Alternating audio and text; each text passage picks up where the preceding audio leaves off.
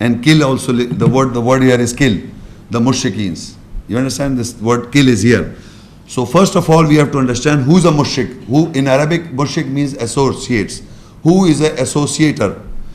Who believes in Allah ayahs and also believes somebody else philosophy. He is a mushrik. Associate. So who believes in Allah's ayahs. The Jews and the Christians and the Hindus and the Buddhists and the atheists and the agnostics are not mushrik. They are jahil of the Quranic ayahs. They are ignorant of the Quranic ayahs. Mushrik is a person who believes in the ayah, who say, I accept the ayah.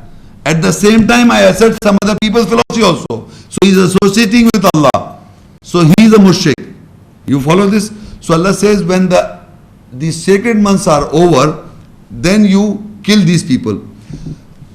What are those sacred months is a separate topic. But I tell you what are those sacred months. There is another ayah, you can write down the reference in Al-Baqarah 2 and ayah 197. Al-Hajju Ashrum Ma'lumat. Al-Hajju Ashrum Ma'lumat. The Hajj months are known. The Hajj months are known. They are known to you. فَمَنْ فَرَضَ فِيهِنَّ الْحَجْ فَلَا رَفَسَ وَلَا فُسُوقَ وَلَا جِدَالَ فِي الْحَجِّ. So Allah says in Hajj, the months of Hajj are known. What are those months? We don't know. We know Quran speaks of Shahru Ramadan ladhi unzila fil Quran, Surah Al-Baqarah 2, 185. Ramadan is a sacred month. First sacred month. And after Ramadan is Shawwal, Ziqat and Zilhajj. These 3 months are Ash-Sharu Bishar al-Haram. A sacred month is with the sacred month. So in that concept, Ramadan is the first sacred month. In that month, we are not allowed to eat the lawful food. Mean fasting. So it becomes a sacred month for the Muslim and the believers. So there is a prohibition in the month of Ramadan that the lawful food you can eat and drink, but you are not allowed from sunrise to sunset. Right? So that becomes unlawful. So that is why we call it as forbidden month or sacred month. Right? The Al-Hajju Ashur Ma'lumat, then after Ramadan there are 3 months. And the Ash-Sharu Bishar al-Haram, that every sacred month is with the sacred month. So that means these months, these 3 months, Shawwal, Ziqat, Zilhijj are Hajj Ashur Ma'lumat, Al-Hajj months. Al-Hajju Ashur Ma'lumat. The Hajj months are known. So the Hajj months are 3 months. The 4 months are sacred months. So when these sacred months are over, so in the Hajj months, if you have taken the duty to perform Hajj, فَمَنْ فَرَضَ فِينَ الْحَجِّ. If you go to Hajj, if you go to perform Hajj, there are certain liabilities, lawful liabilities that you are not about. And that is that, so if you should not commit obscenity, فَمَنْ فَرَضَ فِينَ. Sacred months are known, so whenever who imposes Hajj on himself, in them, so you should not commit obscenity, do not take liberty of the do's and the don'ts, and you should not debate during that Hajj months. If you are in that garb, if you have decided to go to Hajj, so we have to wear that ihram. You are a forbidden dress, that ihram, in that area, sacred dress. In that dress, and you're doing Hajj in that 1 month or 2 months or 3 months, the whole months, whatever the time period you have taken the responsibility, you cannot do 3 things. They are lawful. You can debate, but you cannot debate. You can fight, you cannot fight. And you cannot do obscenity with your wives in the month of in the night of the fast, but you are allowed, but not there. So, and there is one more thing, is that you take the liberty of the do's and the don't, fusuk. Now these were lawful things otherwise, but you cannot do in the Hajj period. So Allah is restricting the believers that in that 4 months you are not allowed to have this kind of behavior. So when they are ended, now Allah says you kill the associates when these months are passed. So if you take a physical killing, read further. Wherever you find them and catch them and confine them and sit on every place of ambush for them. So if they establish salah, if they repent and establish salah, prayer, give zakah, zakat, so leave the way for them. Surely Allah is forgiving, merciful. So if you kill them, there will be no chance of repent. I'm reading the same verse. Look again. So kill the associates, kill the mushriks, wherever you find them. So So I found them and catch them, confine them, sit on every place of ambush for them. So if they repent, so if I've already killed, how can they repent? So if they repent and establish salah, prayer, and give zakah, justification, so leave them the way. So this is the duty of a believer, to keep on doing dawah to the mushriks, to the associates who are associating Allah, ayahs, and other as well other. They are believing in Allah's ayahs and at the same other things also. So believers are to do this.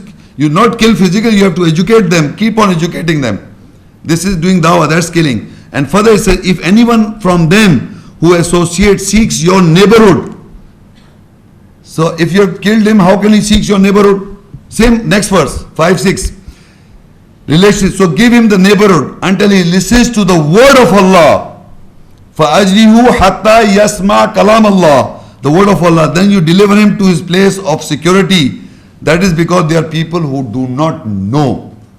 So these ayahs are not a physical slaughter of the mushriks. It is an education to these people, because it says they want to seek a neighborhood near you. They want to seek near your house or near you. They want to, if any one of those associates seeks your neighborhood or relationship, so give him the neighborhood until he listens to the word of Allah. So, and then you deliver him. If you listen to the word of Allah and he becomes a believer, then you give him security and safety. So what I am telling you, these two verses is referring to all times that is not a physical killing. You read them carefully, it's out, and look at the context of the text. If you kill them physically, there is no such thing you kill them physically. It is just, it's not even mentioning war. And by the way, I give you Surah Tawbah 9. You open this Surah Tawbah 9 and Ayah 111. How I explain how to kill in the way of Allah. Inna Allah ashtara min al-mu'mina anfusahum wa amwalahum bi anna lahum jannah yuqatiluna fi sabilillah fayaqtuluna wa yuqtalun wa'adan alayhi haqqan fi at-Tawrah wal Injil wal Qur'an wa man awfa bi ahdihi min Allah fastabshiru bi bay'ikum alladhi bay'atum bih wa dhalika huwa al-fawzul azim. Surely Allah has purchased from the believers their souls, and their wealth is garden for them. They fight in the way of Allah, then they kill and get their souls killed.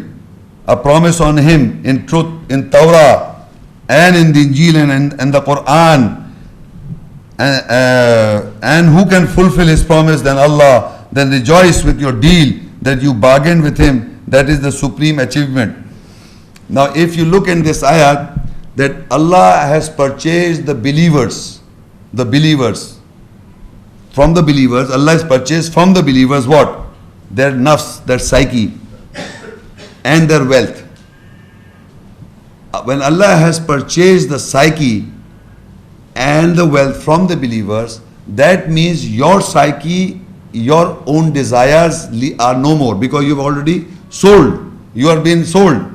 Allah has purchased your psyche, means nafs. In Arabic is anfusahum. Inna Allah ashtara min al-mu'mina anfusahum. Allah is not, it is not hayat. You don't have to give your life. He is asking your psyche, where your desire and feelings and emotions are. So you have to align yourself with the ayahs of Allah, because He says Allah has purchased your nafs, your psyche. So your psyche is submitting to the ayahs. So He is, in a way, you are giving your psyche to Allah. Allah is purchasing you. So it is no more yours. So whatever you will do is whatever the Allah says. You can only act on your own account when you have your own psyche. When you have given your psyche or you have sold your psyche, it is not yours. And your wealth is not yours. So for that it says, and against garden. You take the garden and you give your souls. Not physical death. You give your soul, means you lead a life according to the plan of Allah. So that is giving your soul. So Allah has purchased your nafs or psyche or soul in against with Jannah. Now Allah explains what you do. Yuqatiluna fi sabilillah. They fight in the way of Allah. How they fight against their souls? Because they have to give their souls to Allah. Because there are certain do's and don'ts in the ayahs. So those do's I have to practice. That means I have to kill my psyche. I have to fight in the way of Allah. The don'ts I have to fight in the way of Allah. So in a way, yuqatiluna fi sabilillah. In the way of Allah, I am fighting in the way of Allah by following the do's and the don'ts. Fayaqtulun, and they fight and they kill. So they kill what? Their psyche. وَيُقْتَلُونَ, and they get killed. Three in continuation. They are not separate people, they are one people. One person has to do is he has to fight in the way of Allah, he has to kill in the way of Allah, he has to get killed in the way of Allah. In this, he completes this. He cannot complete if I fight and I get killed. Physically, I cannot complete the cycle. I have to kill, get killed, and in the way of Allah. In all these three steps I can do when my psyche is not more mine, but my psyche is for Allah. And in the end Allah says, so rejoice. If Allah has purchased your psyche, then rejoice. How a dead man can rejoice? So he says, rejoice. When his promise, who can fulfill his promise than Allah? Then rejoice with your deal that you bargain with him. So whoever fights in the way of Allah is against his soul, because Allah has purchased his soul or psyche. Allah has purchased his wealth instead in return for garden. So who fights in the way of Allah? How he fights? By following the do's and the don'ts, and he kills his own soul, the wrongdoings, and he has to kill his soul to do the right things and get killed also. When he knows how to do it on himself, he has to do the same with the Mushik by educating the eyes to him. The same way he has to kill the Mushik, the way he has killed himself. So if you know how he is being killed, he can educate the other people and he can kill the other person also. That is how you kill the Mushik. Thank you. Assalamu alaikum. Wa alaikum salam. When I read this, وَعِدُّوا لَهُمْ مَسْتَطَعْتُمْ مِنْ قُوَّةٍ مِنْ رِبَاطٍ وَالْخَيْلِ تُرْهَبُونَ بِهِ عَدُوُّ اللَّهِ وَعَدُوٌّ لَكُمْ وَتَعْلَمُونَهُمْ أَنَّ اللَّهَ يَعْلَمُهُمْ وَمَا تُنْفِقُوا مِنْ شَيْءٍ فِي سَبِيلِ اللَّهِ يُوَفَّى إِلَيْكُمْ وَأَنْتُمْ لَا تُظْلَمُونَ.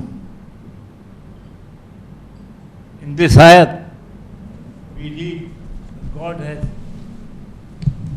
asked the believers to empower themselves with the war horses and other amenities to terrorize the believers to their enemies. Your lecture says Islam does not offer any war. Could you please explain? Okay. Now the ayah that you are reading, Surah Al-Fal 860. Now, you see the word, there is a problem with the translation. If you read the Abdullah Yusufli translation, I will read the Arabic first, then we will read the translation, and then we will compare the notes between the translation of Abdullah Yusufli translation and my translation, right? وَعِدُّوا لَهُمْ مَسْتَطَعْتُم مِّن قُوَّةٍ وَمِن رِبَاطِ الْخَيْلِ تُرْهِبُونَ بِهِ عَدُوَّ اللَّهِ وَعَدُوَّكُمْ وَآخَرِينَ مِن دُونِهِمْ لا تعلمونهم الله يعلمهم وما تنفقوا من شيء في سبيل الله يوفى إليكم وأنتم لا تظلمون. And for them you prepare to what you have the capability from the strength, from the bindings of the horses, to terrorize with it to the enemies of Allah and your enemies and other besides them.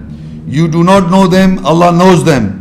And whatsoever you spend from anything in the way of Allah, you will be repaid in full and you will not be oppressed. Now I read word by word. وَعِدَّ لَهُمْ. Prepare for yourself, and for them you prepare. مَسْتَطَعْتُمْ. Mastata'atum means that you, to what you have the capability. Mastata'atum, what you have the capability. Min quwwa, from your strength. Whatever the strength you have, you prepare yourself of your capability. Wa min ribatil khayl, from the bindings of the horses. Now from the bindings of the horses is being translated as the steeds of war. That's what the translation of Abdullah Yusuf is. Khayl means horse, ribat means binding, min means from the bindings of horses. That means hold on to your horses. And in the dictionary, in the Arabic, there are certain places where the ayat are using the metaphoric meaning. Binding of the horses is to check your impulsiveness to retain calm in situations. Binding of, hold on to your horses. Binding of horses does not refer to steeds of war. It is to remain calm. Whatever the strength, you prepare yourself. That is for, you prepare yourself to what you have the capability from the strength and from the binding of horses. If I read these verses, these translation, it will come to the essence that will come to know. The essence will in your mind will come in a manner that you have to remain calm. Binding of the horses, whatever have the capability, you have to ponder the ayahs. You have to strengthen yourself by the ayahs and remain calm. Binding of the horses means to remain calm, not impulsiveness. To show calmness. The Arabic means so turhibuna bi. If you will do this, you will terrorize the person with it, with this behavior. Again I read, you prepare وَأَعِدُّ لَهُمْ مَا اسْتَطَعْتُم مِّن قُوَّةٍ وَمِن رِبَاطِ الْخَيْلِ. And for them you prepare to what you have the capability from the strength and from the binding of the horses. Or you can say you hold on to your horses. That this expression means to check your impulsiveness to remain calm. Binding of horses. It does not mean stages of war. Horses, binding of horses does not mean steeds of war. So they have put the steeds of war, the Abdullah translation. That is why this confusion is. Now if you will do this in all these situations by referring yourself to the ayahs, so these people will terrorize with it to the enemies of Allah. If you remain calm, if you have prepared yourself by the ayahs and by the ayahs and whatever capability you have, and you remain calm, binding of horses, so they will be terrorized with it. Because Musa salam was sent to the Firaun, who? One person, Musa and Farun. And what they delivered the message? They did not build an army, they did not make forces. When they were recited were the ayahs, so he called a big magician. He called the other, he was bulldoze himself, the Firaun who had this big power. So these ayahs you have to remain calm. Binding of horses, remain calm, do not go by your impulsiveness, and to deliver the message of Allah. The Musa Islam is the example. He did not ask the people to make army. He said to go and deliver the message. So Musa Islam asked only Harun al-Islam as a brother to be two people. So they went and they delivered the message, and they have to remain calm. They don't have to lose their temper or this thing. So there is no such thing as making steeds of war. And further to the enemies of Allah and your enemies and others besides them. You do not know them, Allah knows them, and whatsoever you spend from anything in the way of Allah, you will be repaid in full and you will not be oppressed. So this is some translation problem in these ayahs, which apparently looks like it refers to the steeds of war and you can make bombs and whatever. But it doesn't say so.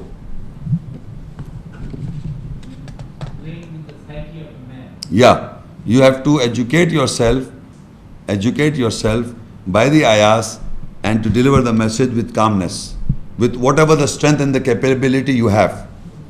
Assalamu alaikum, Sheikh. Wa According to the Old Testament, Jews and Christians are told to enslave all the non-Jews and Christians.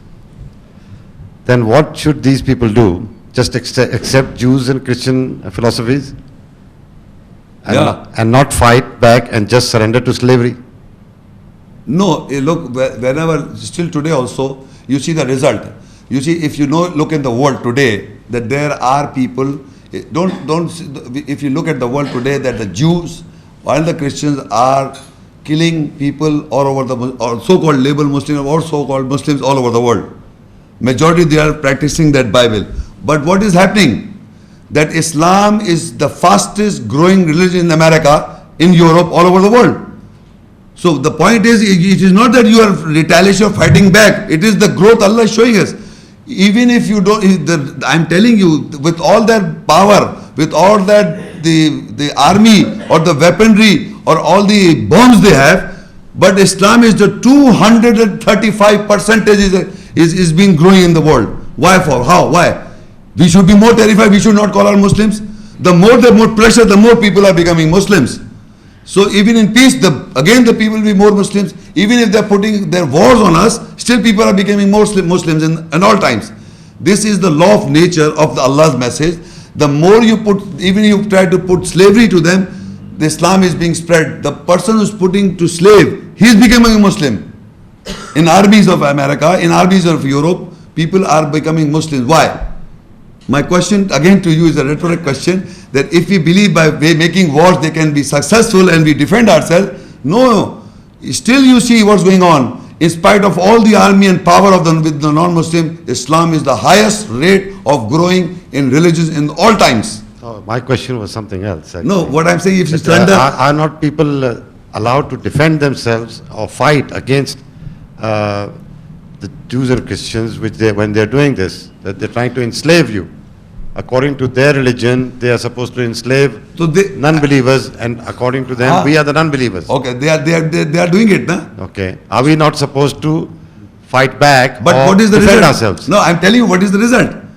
Islam is becoming the fastest growing religion all times. In spite of their enslaving us, still... If we fight back, then Well, obviously we're going to no, even if we're you would going have to not kill. no, if he would have not fight back, what is the result? Look, we can't fight them. In the reality of the world today, we can't fight these guys, right? What is happening? Still, the Islam is the highest number is people are becoming Muslim. That is the beauty, is that you don't have to use force. You have to have patience. And still, even if you don't become surrender, they can't change your beliefs. That is the power of Islam in the whole time. And that is why the Islamic phobia is going on in the world. That why, with all their mighty power, with all the countries involved, still Islam is the highest factor, because are we doing it? Are they threatened by us? They are threatened by us of our practices. We are so strong in our practices who are believers, they are terrified by it. Not by the weaponry we have got. By our believing of practicing, we have opened mosques in America and Europe. We are going to Hajj and pray. Everybody sees that and they go, who is these guys? And what is, and they are themselves are propagating themselves on media. Themselves they are showing Islam. They are talking about Islam all the time. The Islamophobia is going around in the world because of the fact, with all the atomic power and the mighty power, they are terrified of Islam. It is not communism they can destroy. It is Islam, the deen of Allah. They'll be afraid. They are terrified. They are, because of our practices. Not because of the power we have got. That the ayat I read to you, it is our practices they are terrified. That the women are start wearing hijab, or the women are practicing Islam, and because they are sold, they don't have the spirit of the truth, so they fall back easily. So that is why I'm telling you, that is, even if the fighting will not give you the result. If you enslave them, okay, enslave us, okay, you are powerful, but what will happen? Because these guys are putting in the hand in the Allah's judgment, that is Islam. So you can see the result. With all the power, mighty power, I'm telling you, we are in a way enslaved in the world today. With these hypocrites here and there making bombs, but really we are enslaved. But what is happening? The result you can see for yourself. Because generally the Muslim world is in peace. And they are practicing Islam in all parts of the Europe and America and the world. And Islam is the fastest growing religion in all countries of the world. All over. One more thing. Okay. Is there any, since you had quoted from the Bible, the Old Testament regarding slavery and that they are... Yeah, they're making slaves now. Okay. Is there any mention in the Quran of slavery? Slave girls and things like that in translations or whatever? No, Quran says to release the slaves. If there are people who have got slaves, you give money and release the slave. The Quran doesn't say you should have slaves. But it says that you release the slaves to people who are making slaves. There is mention of slave girls, that you keep them and... No, that is not slave. In Arabic, slave is a separate word. That is people, women, you have to support them. Who like for example, if these people kill these people, there are Muslim girls all over the world. If their husbands are dead, if the women are there, Muslim women, so you can protect them by keeping them, ma malakat iman, you buy them and you give them support. That is not making them slaves. You can support them. There is written slaves in one translation, I think. The translation they can write whatever they can write, but it's not actual. The translation, you have to support them, and at the same time, if people are making slaves, there's a separate word. You release by giving money to the owner and release the slaves. So Quran always said release the slaves of other people. If you have to fast, if you don't have money, you release the slave. You release the slave, release the slave, other people who are keeping slave. It doesn't, nowhere it says that you make slaves. There's not a single ayah which says that you make slaves of men. The Bible say that. Thank you. Okay. Assalamu alaikum. Wa alaikum salam. My name is Sabur Aziz, and my question is regarding chapter 5, Surah Maida, and verse is 64. And it says that, and they Yahudi, the Jews, and Rehban, the terrorists, say that hands of Allah is cuffed, tied up. Their hands are cuffed, tied up, and they are cursed with what they have said. My question is, how their hands are tied up and they have cursed? Because in the last ayah of this lecture, Musa alayhi salam is praying that you have give them money and power. So it becomes like... No, read further. That same ayah, the answer is that you obliterate them on their wealth. That is what will happen. Their hands are tied, they can't get away from it. They are stuck up to their wealth, and you read the further ayah.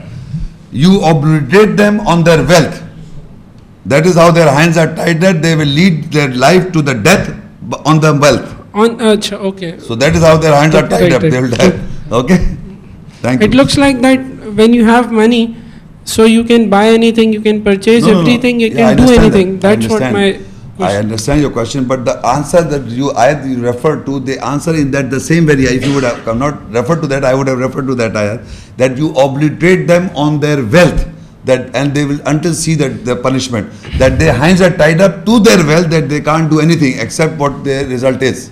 Thank you. And one more little small clarification I would like.